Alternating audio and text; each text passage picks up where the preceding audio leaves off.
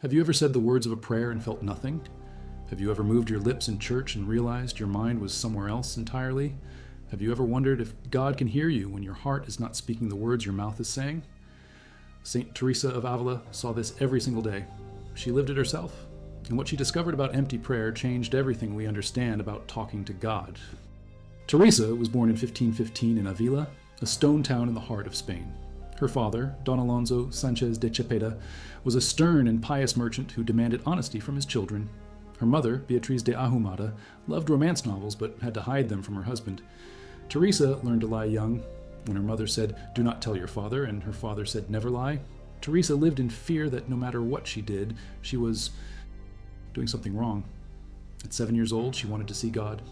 She convinced her brother Rodrigo to run away with her to the land of the Moors so they could be martyred and go straight to heaven.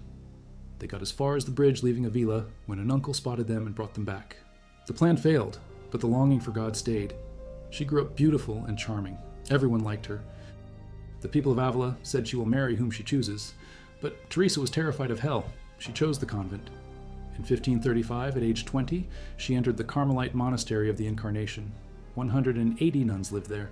Wealthy families sent their daughters to the convent, whether they had vocations or not. The nuns wore jewelry. They arranged their veils to look attractive. There were parties with young men.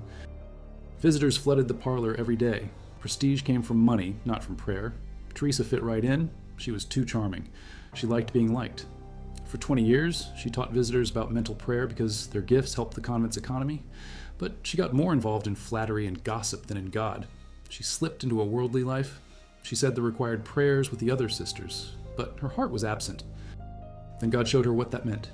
If you value deeply researched and factual stories about the saints like this, subscribe. It is the best way to support our work. Also, comment from which city you're hearing this from. This script is researched and factual, using sources from the collected works of Saint Teresa of Ávila, translated by Kieran Kavanagh and Otilio Rodriguez, published by the Institute of Carmelite Studies, which contains her.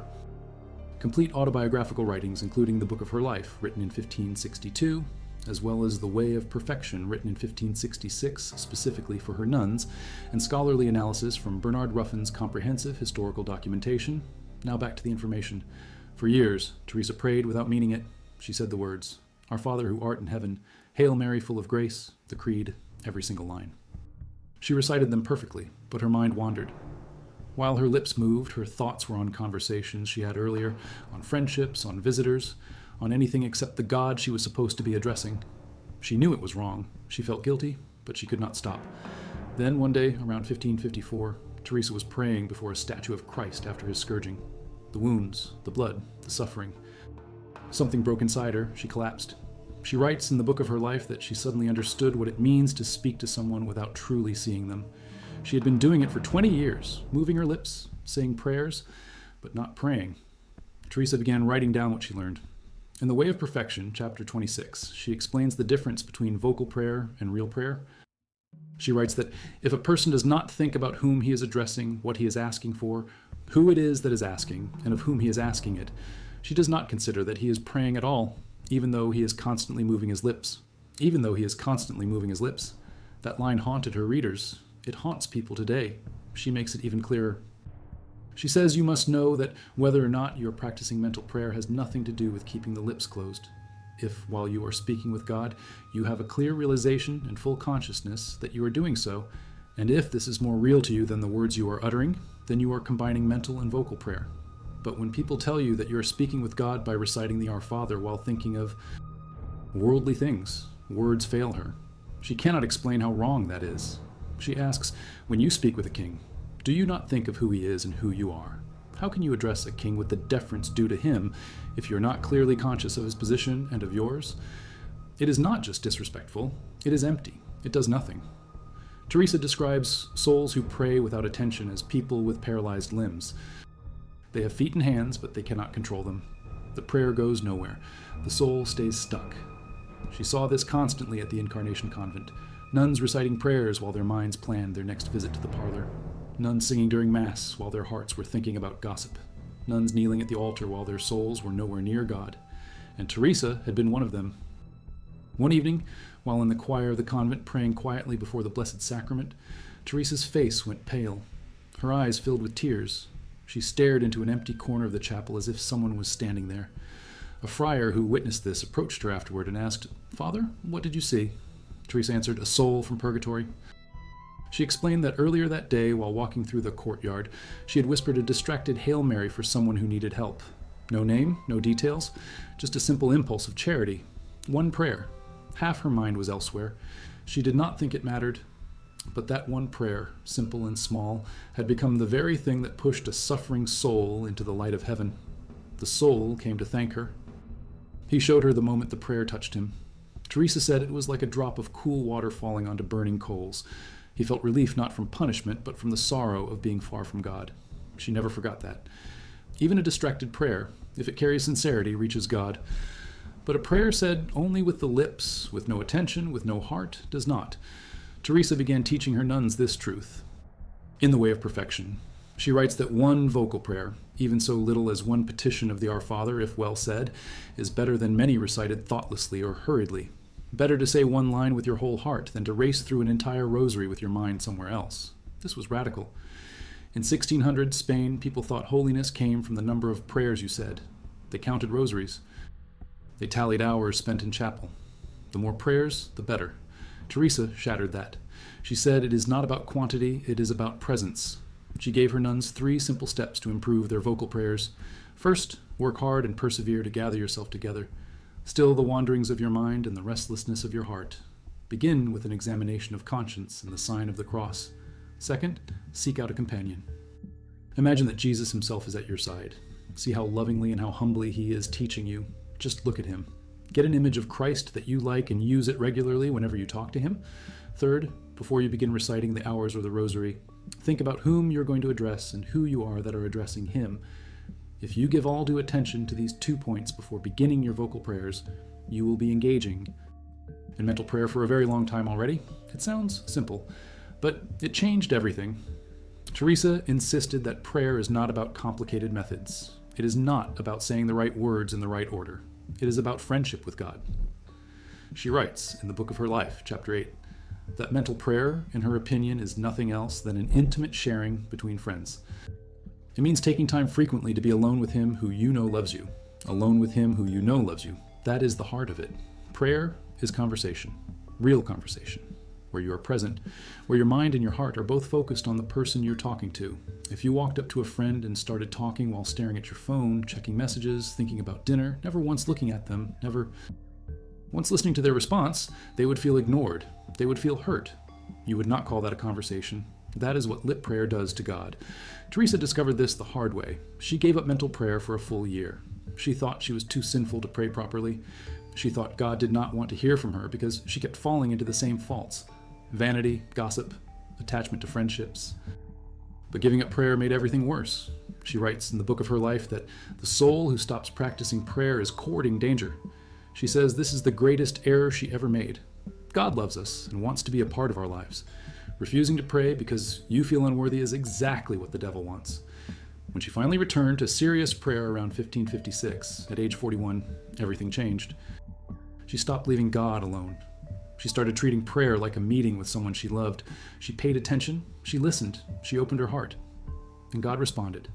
Within months, she began experiencing visions. She saw Christ, she saw Mary, she saw angels. She heard God's voice speaking directly to her soul. The religious authorities were terrified. They thought she was being deceived by the devil.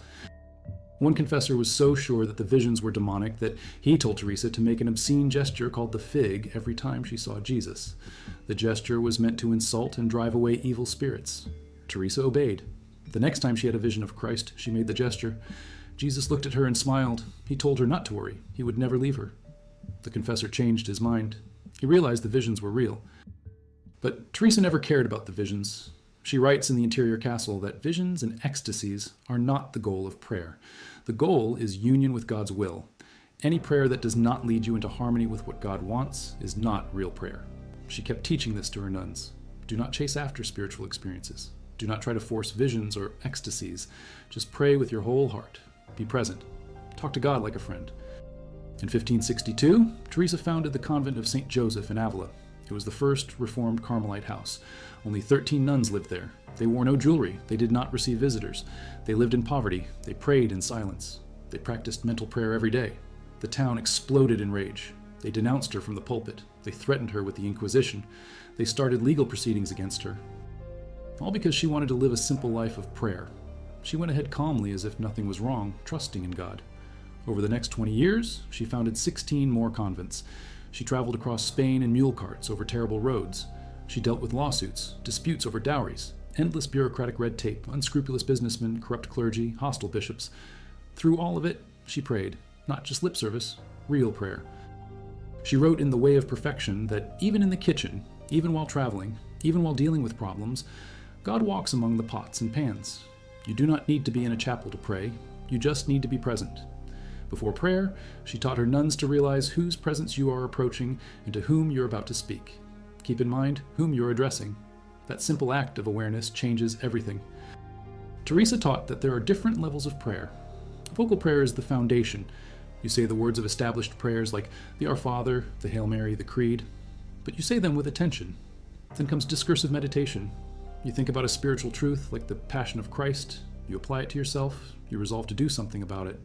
Then comes affective mental prayer. You turn to God Himself. Prayer becomes the language of love. You speak less and feel more. Then comes the prayer of recollection. You gather yourself inward. You become aware that God dwells inside you. You rest in His presence. You look at Him. You let Him look at you. And if God wills it, higher forms of prayer follow. The prayer of quiet, where your will is captured by divine love. The prayer of union, where you are absorbed in God. The spiritual betrothal. The mystical marriage. But you cannot skip the foundation. You cannot reach union with God if you never learn to be present in simple vocal prayer. Teresa spent 17 years struggling with this. From age 20 to age 37, she lived divided. She wanted God, but she also wanted the approval of people. She wanted to pray, but she also wanted to gossip. She wanted holiness, but she also wanted to be liked. She writes that her biggest fault was her friendships. She was not sinning, but she was very attached to her friends. She could not let them go. Then God spoke to her. He said, "No longer do I want you to converse with human beings, but with angels." In an instant, He gave her the freedom she had been unable to achieve through years of effort. After that, God always came first in her life. She never forgot the lesson. She writes in the book of her life that we must not build upon foundations of prayer and contemplation alone. Unless you strive after the virtues and practice them, you will never grow to be more than dwarfs. Prayer without virtue is useless. Lip prayer without a changed heart is nothing. Teresa saw what happens when people pray only with their lips. They stay stuck. They do not grow. They go through the motions of religious life, but never encounter God. She describes them as souls living in the outer rooms of the interior castle. They are inside the castle, technically. They call themselves Christians. They go to Mass. They say prayers. But they never go deeper. They never enter the inner rooms where God dwells. They are like people standing at the door of a magnificent palace, but never walking inside. They know the palace exists. They talk about it. They tell others about it. But they themselves never enter. Why? Because entering requires attention. It requires presence. It requires leaving the noise of the world behind and going inward to where God is. If you value deeply researched and factual stories about the saints like this, subscribe. It is the best way to support our work. Also, comment from which city you are hearing this from. This script is researched and factual, using primary sources including Teresa's own writings in the interior castle, completed in 1577, her autobiography known as The Book of Her Life, finished in 1562 and revised in 1565, and The Way of Perfection, written in 1566 for her nuns at St. Joseph's Convent, all translated by Kieran Kavanagh and Otilio Rodriguez in the collected works of Saint Teresa of Ávila, published by the Institute of Carmelite Studies, along with historical documentation from Bernard Ruffin's scholarly biography and analysis from the Carmelite Research Archives. Now, back to the information. Teresa taught her nuns to begin every prayer by placing themselves in the presence of God. She told them to imagine Christ sitting beside them, to see Him looking at them with love, to remember that He is closer to them than their own breath. She warned them not to rush through prayers, not to race through the rosary as if it were a contest, not to recite the divine office while thinking about what to eat for dinner.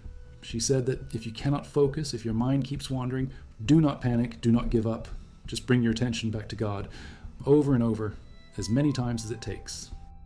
The wandering mind is not the problem. The problem is when you do not even try to bring it back, when you let it wander and do not care, when you keep moving your lips, but your heart has left the room. That is lip prayer. That is what Teresa fought against her entire life. In 1570, at age 55, she experienced a vision of hell. She writes in the book of her life that while she was at prayer one day, she suddenly found herself, without knowing how, plunged into hell. She saw the place prepared for her if she had continued living divided.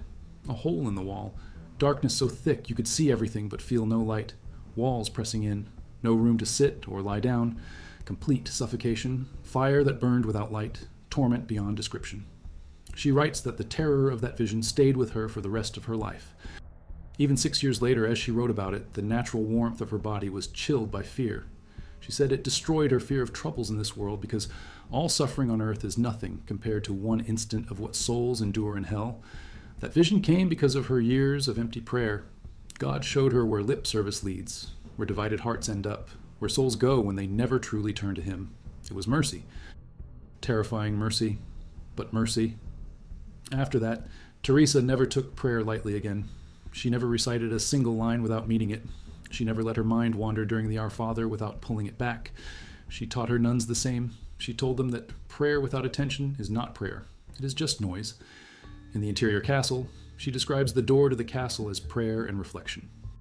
She writes that a prayer in which a person is not aware of whom he is speaking to, what he is asking, who it is who is asking, and of whom he is asking it, she does not call prayer however much the lips move.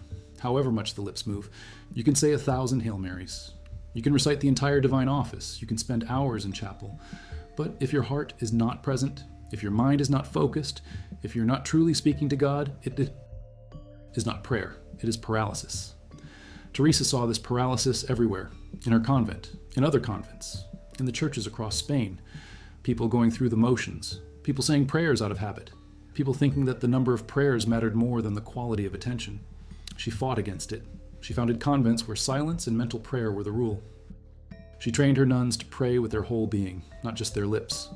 She wrote books explaining how to pray, The Way of Perfection, The Interior Castle, the book of her life, letters to her nuns, letters to bishops, letters to kings. She traveled despite being ill. She suffered migraines, fevers, vomiting, paralysis of limbs. In 1582, at age 67, she was commanded to attend a noblewoman giving birth. By the time she arrived, the baby had already been born. She said, "The saint will not be needed after all." Too ill to leave, she died there on October 4th, 1582. Her last words were, "I am a daughter of the Church." 300 years later, in 1870, she was canonized as a saint. In 1970, Pope Paul VI declared her the first woman doctor of the Church. He called her Teresa of Ávila, teacher of prayer. Her body is incorrupt. It rests in Alba de Tormes, Spain. Millions of pilgrims visit it every year, but her real legacy is not her body. It is her teaching on prayer. She taught the world that prayer is not about words. It is about presence. It is not about how many prayers you say. It is about whether you mean them. She taught that you can say one line of the Our Father with your whole heart, and it will accomplish more than 1,000 rosaries said in haste. She taught that God does not need long prayers. He needs honest prayers. She taught that if you pray only with your lips, your soul stays paralyzed. You do not grow. You do not change. You stay stuck in the outer rooms of the castle, never reaching the place where God dwells. But if you pray with attention, if you gather your thoughts, if you place yourself consciously in the presence of God, if you speak to Him like a friend, if you listen as well as talk, if you mean what you say, then prayer becomes real. Then the soul moves. Then the paralyzed limbs come to life. Then you walk deeper into the castle. Then you enter the inner rooms. Then you find God waiting for you, because He has been there all along. Teresa writes in The Way of Perfection that we need no wings to go in search of God. We need only to find a place where we can be alone and look upon Him present within us. He is inside you, right now, in the center of your soul, closer than your heartbeat, nearer than your breath. But if you pray only with your lips, you will never find Him.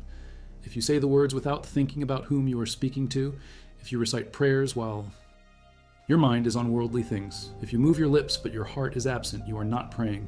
You're just making noise. Teresa saw this. She lived it. She fought it. She overcame it. And she left us the map. In 1598, 16 years after her death, her nuns at the convent of St. Joseph in Ávila opened her writings and found something she had written about souls who do not practice prayer. She compared them to people with paralyzed or crippled bodies. Even though they have hands and feet, they cannot give orders to these hands and feet. They cannot move. They cannot grow. They are stuck. But the cure is simple. Stop praying with only your lips. Start praying with your heart. Teresa gave specific examples of how to do this. She told her nuns to practice what she called the prayer of recollection. First, find a place where you can be alone. Close your eyes. Make the sign of the cross slowly, thinking about what it means. the Father, the Son, the Holy Spirit. Second, examine your conscience. Ask yourself what you did today that hurt someone, what you failed to do. Confess it silently to God. Third, imagine Christ sitting next to you. Really see him. What does he look like? What is his expression? Stay with that image. Fourth, begin the Our Father, but say it slowly. Our Father, stop. Think about those words. God is your Father, you are his child. Who art in heaven, stop. Think about heaven. Hallowed be thy name, stop. Think about how holy God is.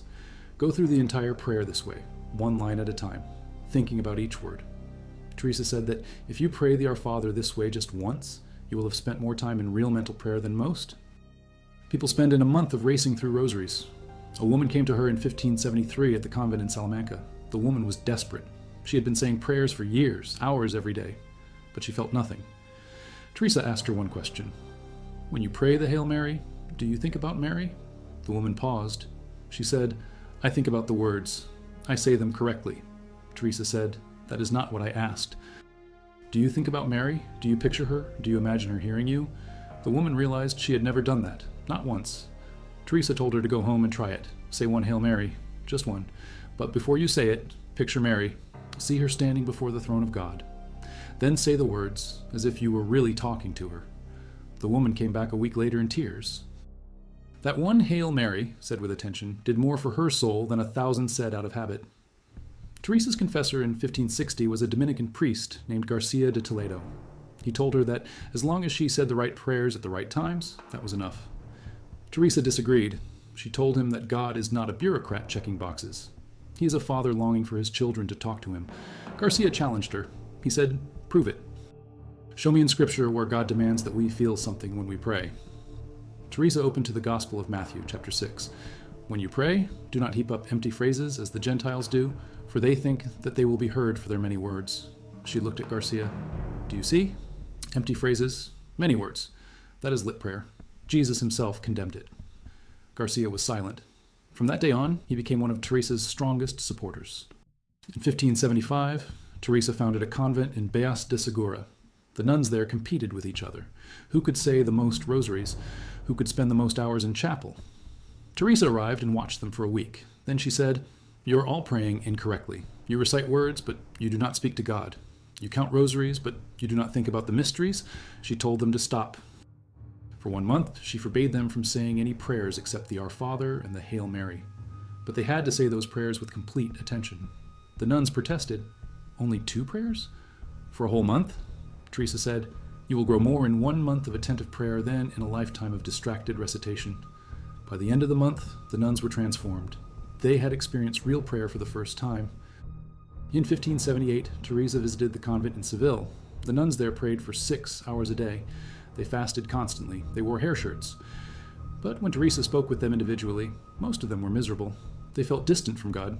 One nun said, I say the liturgy of the hours every day. All of it. Teresa asked, what do you think about while you're saying it? The nun said, I think about getting through it correctly. I focus on not making mistakes. Teresa said, that is not prayer, that is performance. Another nun said, I say the rosary 10 times a day. Teresa asked, what do you meditate on during the mysteries? The nun said, I try to get through all 10 rosaries before the end of the day. I do not have time to meditate. Teresa said, then you are not praying the rosary. You are counting beads. She spent 3 months retraining the nuns. She taught them to cut back on the quantity of prayers and focus on the quality. Within 6 months, those nuns became some of the most spiritually alive in all of Spain, not because they prayed more, but because they prayed better. In 1579, Teresa wrote to Maria de San Jose, the prioress of Seville. She said, true prayer leaves you more humble, more loving, more patient. False prayer leaves you proud of how much you prayed, irritated with interruptions, focused on yourself. She said, if you pray for 3 hours and come out thinking about how holy you are, you did not pray. But if you pray for 5 minutes and come out wanting to help someone, you truly encountered God. Prayer is measured by its fruit, not by its duration. Teresa also warned about another danger. Some people pray with their lips because they are afraid of what will happen if they pray with their hearts. They are afraid of what God might ask them to do. They are afraid of the silence, so they hide behind words. They fill the space with noise so they do not have to hear God's voice. Teresa understood this. She had done it herself. For years, she avoided deep prayer because she knew it would require her to change. Lip prayer let her feel like she was being religious without actually being transformed. In 1580, 2 years before her death, Teresa wrote her final instructions on prayer. She said, "The most important thing is not how you pray, but whether you pray with love." She told her nuns that God does not need your prayers. You need your prayers. Prayer is not for God's benefit. It is for yours. It is how you grow. It is how you change. But only if you actually pray, not just with your lips, with your whole being. Before you say the next, "Our Father," stop. Think about whom you're addressing. Think about who you are. Think about what you're asking. Think about the fact that you're speaking to the King of the universe who loves you more than you can imagine. Then say the words, slowly, with attention, with your whole being present. That is prayer. That is what Teresa taught. That is what she saw when she looked at souls who prayed only with their lips. They were standing at the door of the palace, but never walking in. In 1622, 40 years after Teresa's death, the process of her canonization uncovered letters she had written to her confessors describing what she saw in prayer. In one vision, she saw her soul as a brightly polished mirror. In the center of the mirror, she saw Christ. He filled the mirror, front and back. She understood that the mirror was completely engraved upon the Lord himself by means of a very loving communication. But she also understood that mortal sin clouds the mirror, leaving it black. And even for souls not in mortal sin, distraction and emptiness in prayer dim the mirror, and the image of Christ becomes faint. Lip prayer does that. It dims the mirror. It makes it harder to see God, even though he is right there. Teresa's teaching spread across Europe. Her books were translated into dozens of languages. Her Reformed Carmelite order grew to thousands of convents. Her way of prayer became the foundation of Catholic mysticism for centuries. St. John of the Cross, her spiritual son and collaborator, built on her teaching. St. Francis de Sales recommended her books to everyone. Saint Teresa of Lisieux called Teresa her spiritual mother. Countless saints through the centuries learned from her how to pray, not how to say words, how to pray. The distinction matters. It is the difference between going through the motions and meeting God, between religious duty and spiritual transformation, between lip service and love. Teresa died on October 4th, 1582, at age 67. Her last words were, "I am a daughter of the Church." She died knowing that she had taught thousands of people how to truly pray. Her body is incorrupt.